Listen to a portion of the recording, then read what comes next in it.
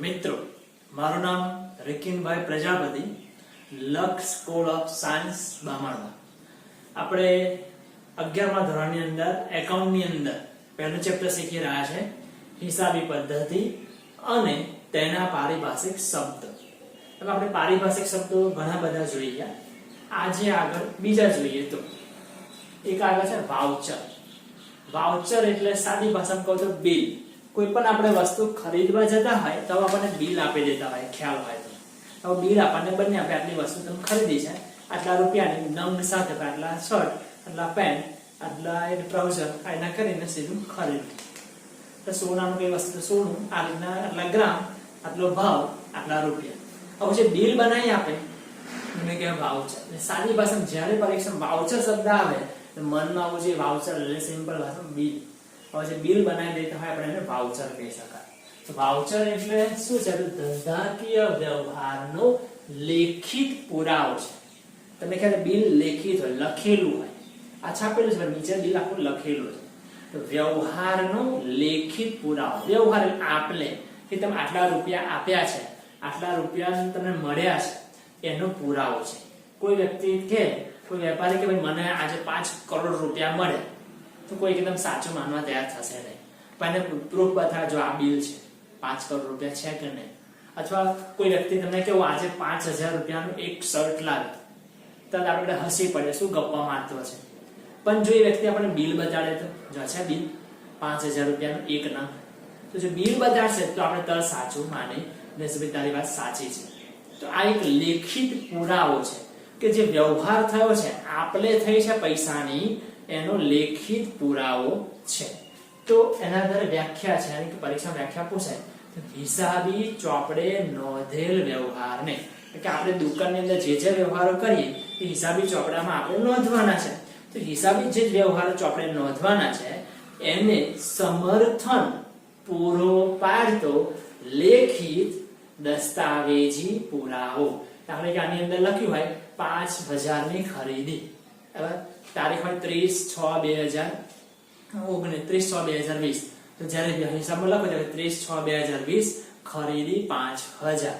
તો હિસાબમાં તમે લખ્યું 5000, તમે બિલ સાચવી રાખવાનું કે જેથી પુરાવા તરીકે ચાલે. કોઈ આપણને પૂછે કે આ 30મી તારીખે તમે 5000 ની ખરીદી કરી છે કે નહીં કરી, શું પ્રૂફ છે, સાબિત શું છે, બતાવો.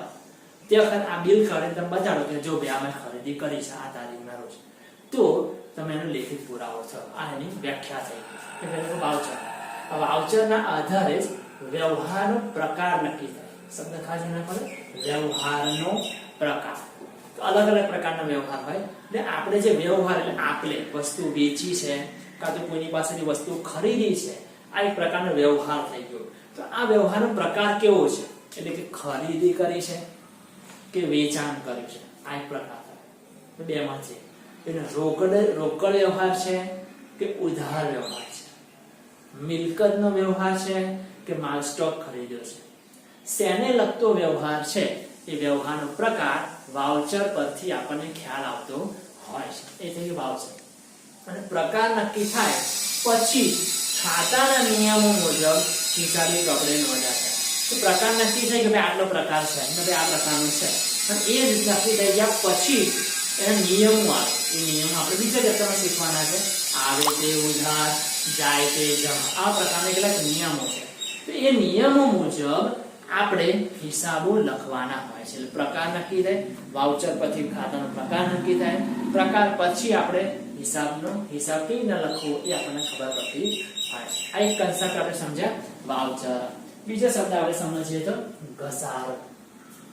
ઘસારો એક ઉદાહરણ સિમ્પલ આપો એટલે તમને ખ્યાલ આવે કે આપણે એક નવું એક્ટિવા લીધું 70000 રૂપિયા. એક વર્ષ પૂરું થાય પછી આપણને ધારો કે વેચી દેવું છે, નથી ગમતું, બીજું કંઈક લાવવું છે, તો આપણે એ એક્ટિવા વેચી દઈશું. તો શું આપણને 70000 પૂરેપૂરા મળશે ખરા? તો નહીં મળે. ખરેખર તો બે ટાયર છે, સ્ટેરિંગ એવું છે, પેટ્રોલ ટાંકી, મને કન્ડિશન જો તો એવી ને એવી જ કન્ડિશન છે, એમાંથી આપણે કશી જ વસ્તુ કાઢી નથી લીધી, છતાં પણ આપણને પૂરેપૂરા 70000 રૂપિયા મળશે નહીં. કેમ નહીં મળે? કારણ કે આપણે એનો 1 વર્ષ સુધી વપરાશ કર્યો છે. ઇવન 1 વર્ષ સમય પણ પસાર થઈ ગયો છે. સમજો 70,000 ને બદલે આપણને મળે ધારો કે 55,000 મળે, તો 15,000 રૂપિયા ઓછા મળે. એ 15,000 રૂપિયા શાના ઓછા મળ્યા? તો ઘસારો પડ્યો એના છે. ઘસારો એટલે આ સિમ્પલ ભાષામાં તમને સમજો કે મિલકતની કિંમત ઘટે. કે એક્ટિવાની વેલ્યુ જે પહેલા 70,000 હતી, હવે વેલ્યુ થઈ ગઈ 55,000. તો મિલકતની કિંમતમાં એટલો ઘટાડો થતો હોય છે. તો એ કેવી રીતના છે? મિલકતની કિંમતમાં નક્કી કરેલા દરે, કોઈ પણ મિલકત લઈ લે એની કિંમત, મેં એક્ટિવા ઉદાહરણ આપ્યું, એમાં નક્કી કરેલા દરે, જેમાં છે પહેલા નક્કી હોય 5%, કંપનીમાં એ રીતના હોય 10% ઘસારો ગણવો, 5% ઘસારો કરવો. નક્કી કરેલા દર જે રકમ ઘટાડવામાં આવે, પેલા 70,000 હતી, મેં ઘટાડીને 55,000 કરી, તો ઘટાડ્યા કેટલા? 15,000 ઘટાડ્યા. તો જે રકમ ઘટાડવામાં આવે તેને કહેવાય ઘસારો. 70,000 હતું, 55,000 થઈ ગયું, તો વેલ્યુ એટલી ઘટી. ઘસારો જે છે એ ખર્ચ કહેવાય. તો ઘસારો કેવો કહી શકાય? ખર્ચ. એટલે ખર્ચ કેવા પ્રકારનો? પાછો બિન રોકડ ખર્ચ. શબ્દ ખાસ ધ્યાન રાખવા છે. ઘસારો કેવા પ્રકારનો ખર્ચ છે એવું પરીક્ષામાં પૂછાતું હોય છે.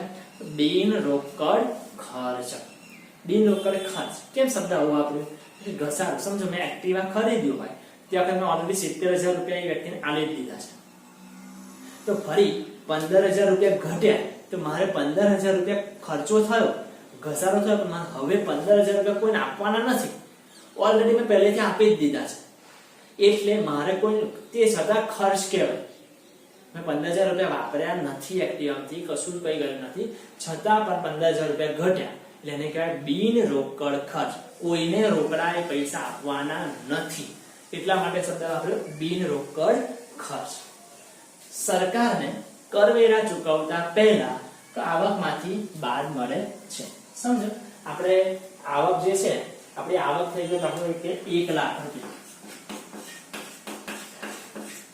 10% કરવેરા એટલે ટેક્સ સરકારને આપણે આપવાના હોય, 1 લાખના 10% થાય 10,000 રૂપિયા આપણે કરવેરા એટલે કે ટેક્સ આપણે સરકારને આપવાનું થાય છે. હવે ઘસારો તમે ગણો તો એ રકમમાંથી બાદ મળે. સમજો મેં 15,000 10 તો 20,000 લીધું, સમજવા માટે 20,000 ઘસારો થયો, તો 20,000 રૂપિયા આમાંથી બાદ મળે. 1 લાખમાંથી 20,000 બાદ કરવા, તમને મળી જાય 80,000. હવે 10% તમે કાઢો તો તમને મળશે 8,000 રૂપિયા. 8,000 રૂપિયા ટેક્સ તમે સરકારને ચૂકવવાના.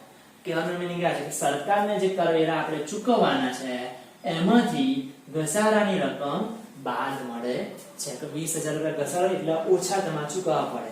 જો ઘસારો તમે ના ગણ્યો તો 10,000 રૂપિયા તમારે કરવેરા ટેક્સના સરકારને આપવા પડે, પણ ઘસારો ગણશો સરકારને તમારે ફક્ત 8,000 આપવા પડશે. 2,000 નો તમને ફાયદો થઈ શકે.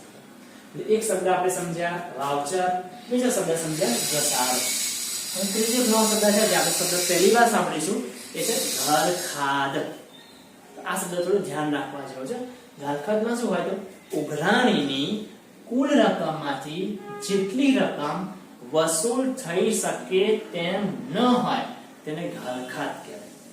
એટલે કે કોઈ એક આપણે ઉધાર દુકાન છે અને ગ્રાહકોને આપણે ઉધાર માલ વેચવાના, એમાંથી કેટલા ગ્રાહકો એવા હોવાના કે આપણે કેટલા ફેરા ખાઈએ, કેટલી વાર ફોન કરીએ કે પેલા પૈસા ઉધાર માલ લઈ ગયેલા તમે એ પૈસા મને આપી જાઓ, મને પૈસા આપી જાઓ. કેટલી વાર ફોન કરીએ, કેટલી વાર એમને ઘરે જઈએ, પણ એ વ્યક્તિ આપણને આપીશું આપીશું આપીશું એવું કર્યા કરે, એ પૈસા આપણને આપે નહીં. આપણે 1 વર્ષ 2 વર્ષ 3 વર્ષ સુધી રાહ જોઈએ પણ એ વ્યક્તિ આપણને પૈસા જ ના આપે, તો આપણને ખબર પડી જાય કે હવે આ વ્યક્તિ પાસેથી પૈસા મળવાના નથી. તો જે રૂપિયા આપણને ના મળે એને કહેવાય ઘરખાદ. એટલે હવે સમજો તો ખ્યાલ આવે કે આપણે ઉઘરાવાના છે પૈસા, તો ઉઘરાણીની કુલ રકમમાંથી કે આપણે ગ્રાહકોને ઉધાર માલ વેચ્યો હશે તો એમની પાસેથી આપણે પૈસા ઉઘરાવાના છે, તો ઉઘરાવાની જે કુલ રકમ છે એ કુલ રકમમાંથી જેટલા રકમ વસૂલ થઈ શકે તેમ ના હોય. તમને ખબર પડી જ ગઈ કે હવે આની જોડે પૈસા મળવાના જ નથી, તો એ રકમને કહેવાય ઘરખાદ. ઘરખાદ એ ખર્ચ નથી પરંતુ નુકસાન છે. ઘરખાદનો ખર્ચ ગણી શકાશે ને, પરંતુ નુકસાન છે. આપણને ખબર પડી ગઈ કે આ જો 5,000 માંગે છે પણ આ વ્યક્તિ પાસે 5,000 મળવાના નથી, તો ખર્ચો ના કહેવાય, તો નુકસાન કહેવાય કે આપણો માલ સ્ટોકે ગયો અને પૈસા ગયા. એટલે નુકસાન છે. પરીક્ષામાં ઘણી વાર પૂછાતું હોય છે ગલખાન એ શું છે? તો જવાબ આવશે નુકસાન. 3 શબ્દ આપણે શીખ્યા. એક વાઉચર, બીજો શબ્દ સમજાવો ઘસારો, ત્રીજો શબ્દ સમજાવો ગલખાન. હવે ચોથો શબ્દ જોઈએ તો સદ્ધર. શબ્દ ખ્યાલ આવે સદ્ધર, બરાબર?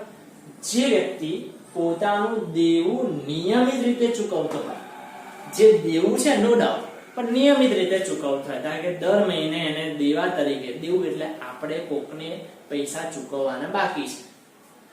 હવે ધારે કે લોન લીધી હોય બેંક પાસેથી અથવા કોઈ વ્યક્તિ પાસેથી ઉછીના પૈસા લીધા અને દર મહિને એને 10,000 રૂપિયા આપવાના, તો એ દેવું નિયમિત રીતે ચૂકવતો, એટલે એક પણ હપ્તો ચૂકવે, દર એક મહિનો પૂરો થાય તો 10,000 રૂપિયા એવો ભરી આવે, એટલે 10,000 રૂપિયા ચૂકવી દે.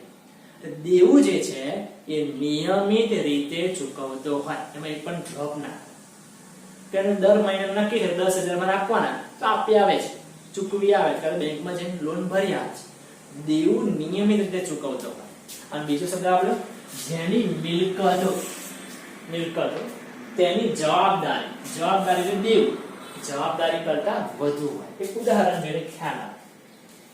શું વધારે મિલકતો વધારે, દેવું કરતા મિલકતો જોઈએ તો મિલકતો શું થાય? જમીન, મકાન, યંત્રો, આ બધી મિલકતો. શું તો જમીન છે 5 લાખ, મકાન છે 3 લાખ, યંત્રો છે 2 લાખ, ટોટલ 10 લાખના મિલકત. આ બધી મિલકતો કહેવાય. તો 10 લાખ મિલકતો આ બધી એમની પાસે મિલકતો થઈ. મિલકત 10 લાખ. સામે દેવું જોવા જઈએ તો બેંક પાસેથી લોન લીધી છે, બેંક લોન એ છે 50,000, અને કોઈ મોહનભાઈ પાસેથી આપણે બીજા 50,000 લીધા છે, તો આ થઈ 1 લાખ. ખાલી 1 લાખ. 10 લાખ રૂપિયાની મિલકતો છે અને એનું દેવું છે ખાલી 1 લાખ રૂપિયા. એટલે શું વધારે થયું? તો મિલકતો. કોના કરતા વધારે થયું? તો દેવા કરતા. કે જેની મિલકતો દેવા કરતા, દેવું શબ્દ જવાબદારી પણ વાપરી શકાય, જવાબદારી. જેની મિલકતો જવાબદારી કરતા વધુ હોય એને કહેવાય સદ્ધર. કોઈ એવું વ્યક્તિ હોય કે જે દેવું નિયમિત રીતે ચૂકવતો હોય અને જેની જવાબદારી કરતા મિલકતો વધુ હોય, તો એને આપણે કહી શકાય સદ્ધર વ્યક્તિ. આગળ એક શબ્દ છે નાદાર. એ પણ આપણે પહેલી વાર શબ્દ સાંભળીશું કે નાદાર. નાદારનો ઓપોઝિટ યાદ રાખવાનું છે. નાદાર આ સદ્ધર વ્યક્તિ થઈ ગયો. હવે નાદાર કોને કહેવાય? એક ઉદાહરણ આપો, સમજો. આનું વાત લઈએ તો જમીન 5 લાખ, મકાન 3 લાખ, યંત્રો 2 લાખ, ટોટલ 10 લાખની મિલકતો છે. સામે દેવું જોવા જઈએ તો બેંક લોન 15 લાખ, પછી રાહુલ પાસેથી લોન લીધી 5 લાખ, 20 લાખ રૂપિયા દેવું છે. મિલકતો છે ખાલી 10 લાખ અને દેવું કાં તો જવાબદારી એ છે 20 લાખ. ખાલી બધું તમે વેચી દેશો તો તમને ખાલી 10 લાખ જ મળશે, સામે દેવું છે 20 લાખ. તો આવી વ્યક્તિને કહેવાય નાદાર. એટલે મિલકત જવાબદારી કરતા મિલકતો વધારે હોય તો સદ્ધર વ્યક્તિ, અને જવાબદારી કરતા મિલકતો ઓછી હોય તો એને કહી શકાય નાદાર. નાદાર વ્યક્તિ આપણે એને કહી શકીએ છીએ. તો નાદાર વ્યક્તિની વ્યાખ્યા શું? પેલાના જેવી, કે જે વ્યક્તિ દેવું નિયમિત રીતે ચૂકવતો ન હોય, કારણ કે ઓલરેડી મિલકતો ઓછી જ છે, એટલે દેવું ચૂકવવામાં તકલીફ રહેવાની. તો જે વ્યક્તિ દેવું નિયમિત રીતે ચૂકવતો ન હોય અને જેની મિલકતો દેવા કરતા ઓછી હોય, અથવા ઊંધું લખો તો એ ચાલે, જેની મિલકતો કરતા દેવું વધારે, મેન પાસે દેવું વધારે હોવું જોઈએ અને મિલકતો ઓછી હોવી જોઈએ, એવી વ્યક્તિને આપણે નાદાર કહી શકીએ છીએ. નાદાર. બરાબર? દારની આગળ ના લગાવી દેવા. હવે જ્યાં સુધી અદાલત જાહેર ન કરે કે આ વ્યક્તિ નાદાર છે, ત્યાં સુધી તમે કોઈ વ્યક્તિ નાદાર કહી શકો નહીં. ભલે ને એનું આવી કન્ડિશન છે કે એને દેવું 20 લાખ છે અને મિલકતો 10 લાખ. કન્ડિશન આપણને બધાને ખબર આવી છે, પણ આપણે જાતે જ નાદાર કહી શકીએ નહીં. એમાં અદાલતમાં જાહેર કરવું પડે. અદાલતનું જજ જાહેર કરે કે આ વ્યક્તિ ભાઈ નાદાર છે. નાદાર જાહેર થાય પછી એના ઘરની આગળ બ્લેક કલરનું આખું બોર્ડ લગાવવામાં આવે. અને એમાં જાહેર કે આ વ્યક્તિ નાદાર છે, તો એની સાથે કોઈ રીતના ટ્રાન્ઝેક્શન તમે કરવું નહીં. એટલે આ રીતના એક નાદાર નાદાર પણ જાહેર કરી શકે, કોર્ટ કાં તો અદાલત જાહેર કરી શકે છે. પહેલો શબ્દ સમજે વાઉચર, ઘસારો, ઝારખા, સદ્ધર, નાદાર, અને છેલ્લો શબ્દ ઉધાર અને જમા. તો ઉધાર અને જમા શબ્દ એક છે દ્વિનોંધી નામા પદ્ધતિ. હિસાબો લખવાની બે પદ્ધતિ આવે, એક દ્વિનોંધી નામા પદ્ધતિ અને બીજું છે દેશી નામા પદ્ધતિ. અહીંયા શબ્દ પરથી આપણને ખ્યાલ આવે દ્વિનોંધી નામ, દ્વિનોંધી એટલે બે નોંધ કરવાની હોય. કઈ કઈ બે નોંધ? તો દરેક વ્યવહારની બેવડી અસર. બેવડી અસર કઈ કઈ? કે ઉધાર અને બીજું જમા. આપણે પહેલી વાર કદાચ શબ્દ સાંભળ્યો પણ હવે વારંવાર શબ્દ સાંભળવો પડશે કે દરેક વ્યવહારની બે અસર થાય, એક ઉધાર અને બીજું જમા. દાખલા પર આ બે ખાના આપણે દોરવા પડશે, ઉધારનું ખાનું અને જમાનું ખાનું. ઉધાર અને જમા. હિસાબી પદ્ધતિમાં બે બાજુઓ ઉપયોગ થાય. તમે જે ડાબી બાજુ છે એને ઉધાર કહેવાય અને જમણી બાજુ છે એને જમા કહેવાય. એક ઉદાહરણ આપણે દોરીને તમને બતાવ્યું, ખ્યાલ આવશે તમને.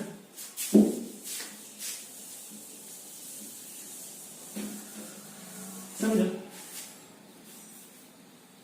રમણભાઈ નું ખાતું છે. રમણભાઈ તમારે આ રીતના દોરવામાં આવે, દોરીને આપણે દાખલા કરવા પડશે.